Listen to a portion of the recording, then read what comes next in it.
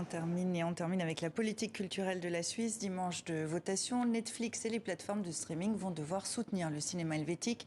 Le peuple s'y montre largement favorable à 58%. Bonsoir Michel Cerutti.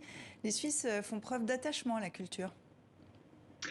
Bonsoir Sylvia, effectivement, ils ont accepté à une relative, à large majorité que les plateformes, Netflix ou l'Olivier, mais toutes les plateformes reversent 4% de ce qu'ils encaissent en Suisse. Il faut savoir qu'ils encaissent des centaines de millions d'abonnements en Suisse et qu'ils reversent donc 4% afin que cela favorise la création cinématographique, ce que le service public, la radio et la télévision suisse sont déjà obligés de faire légalement. Donc c'est une sorte de mise en conformité des plateformes avec ce qui se passe déjà au niveau des services publics.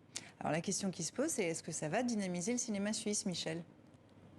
Alors on l'espère, c'est évidemment un argument qui avait été mis en avant par ceux qui avaient initié cette votation, de dire que ça allait augmenter les abonnements qui sont déjà les plus chers du monde, puisque les plateformes ne fixent pas leur coût, leur prix d'abonnement en fonction des coûts qui sont les leurs, mais en fonction du niveau de vie de chaque pays. Donc en Suisse, l'abonnement est plus cher.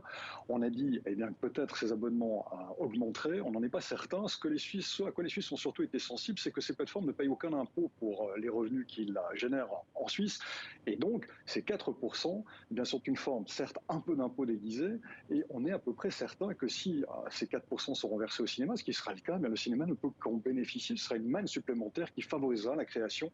Et donc, une bonne chose pour les cinémas, les séries qui s'étaient engagés en faveur de l'acceptation de cette loi en Suisse. Et le cinéma suisse a besoin d'argent ?